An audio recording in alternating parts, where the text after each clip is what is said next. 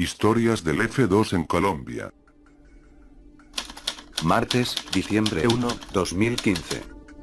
En la armería ubicada en el comando de la Policía Metropolitana de Bogotá, en el mismo lugar donde antes estuvieron ubicados los calabozos del extinto F2, se almacenan una gran cantidad de revólveres, pistolas, fusiles y otros tipos de armas de fuego, que por lo general están manchadas de sangre, tuvieron que ver con asesinatos. En ese lugar las luces se encienden solas en horas de la noche y las cámaras que cuentan con sensores de movimiento se activan. Hay ruidos y movimientos inesperados en el lugar, los funcionarios que ingresan se encuentran armas moviéndose solas. El sargento Luis Sánchez expresó: acabábamos de recibir el arma y la colocamos en un sitio, cuando fuimos a verificar el número, ya nos la habían quitado de ahí. El sargento explica que el lugar es frío y tiene un olor diferente, de igual manera afirma el uniformado que siempre se escuchan voces y si bien algunos explican que puede ser el viento, se trata de una bóveda totalmente cerrada y aislada. Por otra parte, las armas almacenadas en el sitio no se pueden destruir, ya que hacen parte del material probatorio en contra de personas implicadas en crímenes y asesinatos. En cuanto a los policías que tienen que frecuentar el sótano, optan por dejar monedas y vasos con agua para de alguna manera sosegar los espíritus. Aquí les dejo a Citif. Le damos monedas para que se calmen y nos ayuden ahí a encontrar las armas que estamos buscando, porque no hay otro sitio donde se puedan esconder. Cada uno sabe dónde colocar el arma y hay veces no la encontramos. En fin, estas armas no se pueden destruir porque hacen parte del material probatorio en contra de criminales y asesinos que están tras las rejas. Para ellos, lo más fácil es aprender a convivir con las cosas raras que allá suceden. ¿Y usted cree o no cree en el fantasma? Nosotros consultamos a un experto en actividades paranormales. ¿Qué nos dijo David? Hola Jonathan, televidentes, muy buenas noches. Pues definitivamente el experto dice que sí, y que no es solamente un fantasma, sino que son varios los que se encuentran aquí abajo en el sótano de la Policía Metropolitana de Bogotá. Él además asegura que son almas en pena, que están allí víctimas de asesinatos producto de las armas que se guardan en estos lugares. A continuación, la nota. ¿Hay o no fantasmas en el comando de la Policía de Bogotá? Contactamos a Edwin Robles, con quien hicimos un recorrido. Este experto paranormal con 35 años de experiencia se dedicó a cazar estos fantasmas. Lo hace de una manera muy sencilla. Si yo le pregunto algo a la entidad y la entidad me contesta afirmativamente, las varas se van a abrir. Si la entidad de pronto me quiere contestar negativamente, las varas se cruzan. ¿Hay alguien en este sitio, en este recinto? Las varas me contestan que sí. ¿Estás aquí penando?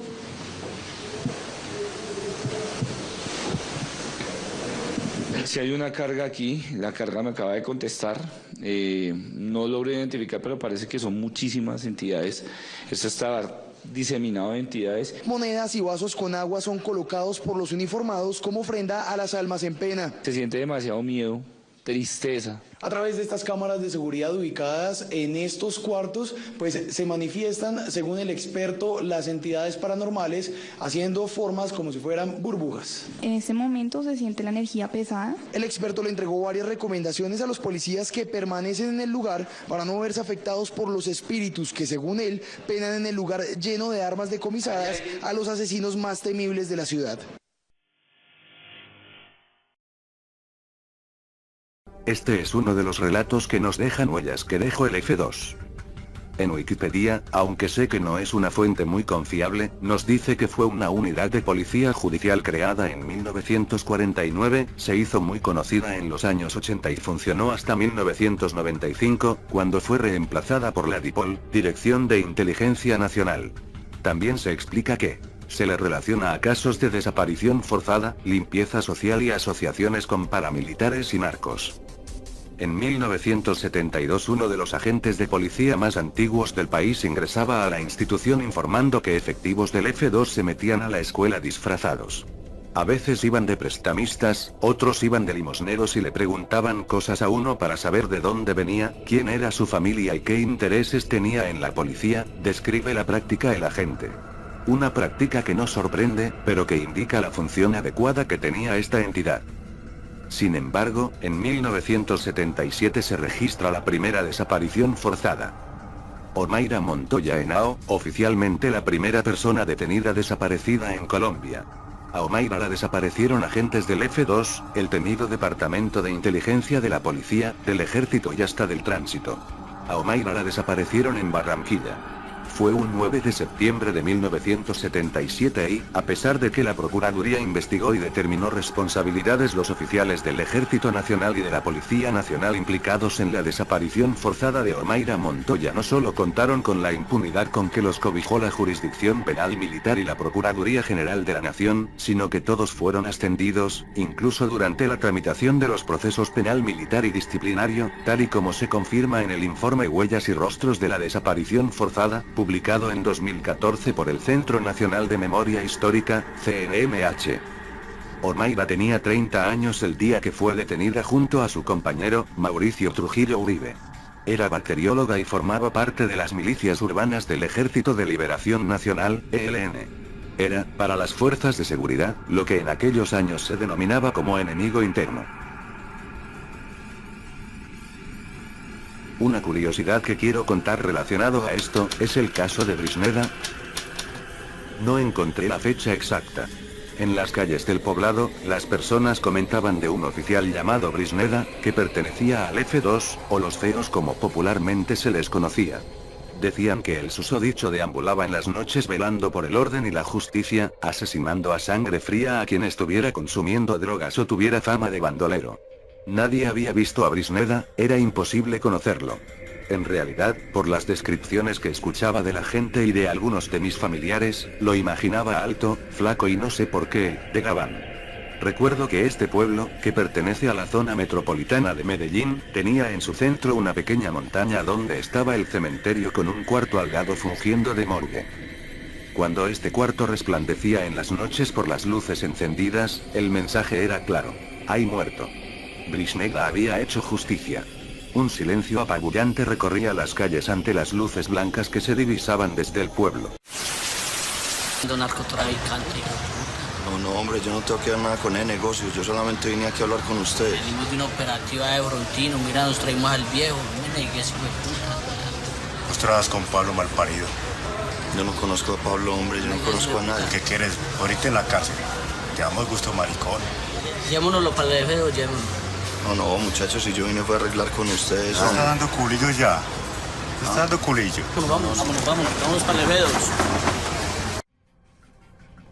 Otro caso similar al de Omaira es el de Jesús Chucho León, un estudiante de odontología de la Universidad Nacional y dirigente de la organización Cooperación Estudiantil. El 9 de mayo de 1984 fue interceptado en la ciudad de Cali por supuestos miembros de la fuerza pública, mientras se dirigía hacia Bogotá.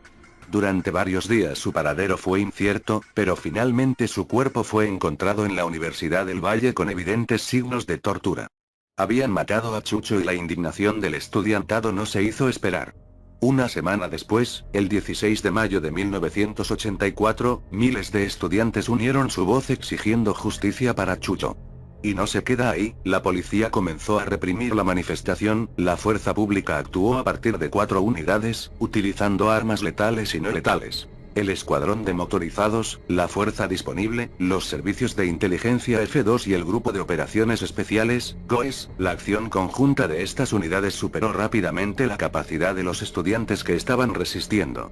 Según las organizaciones estudiantiles, la represión policial dejó un saldo de 6 estudiantes asesinados. Sus cuerpos fueron retenidos por la policía para ocultar las evidencias, pero las fotografías que circularon durante los días siguientes, así como los testimonios de los estudiantes, dieron cuenta de las prácticas violentas que fueron utilizadas por la fuerza pública aquel día. 35 años después de la masacre, aún no se han esclarecido los hechos. No existen responsables que hayan sido juzgados, sino que, por el contrario, se ha intentado encubrir la matanza.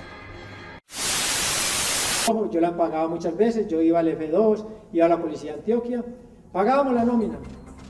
Se pagaban coroneles, se pagaban generales, y se manejaba una nómina en Bogotá donde pagaban generales para poder, un policía que no nos sirviera en la zona lo sacamos para no matarlos. En 2019 fueron enviados a juicio exagentes del F2 por un falso positivo, esto denota el nivel de justicia de este país. Se trata de los expolicías investigados por la muerte del profesor y líder sindical Santos Mendibel Sococón, registrada el 5 de abril de 1991 en Turmeque, Boyacá. El líder habría sido asesinado después de que lo señalaran de tener supuestos nexos con la guerrilla del ELN. El homicidio se dio por hombres vestidos de campesinos que en realidad eran policías.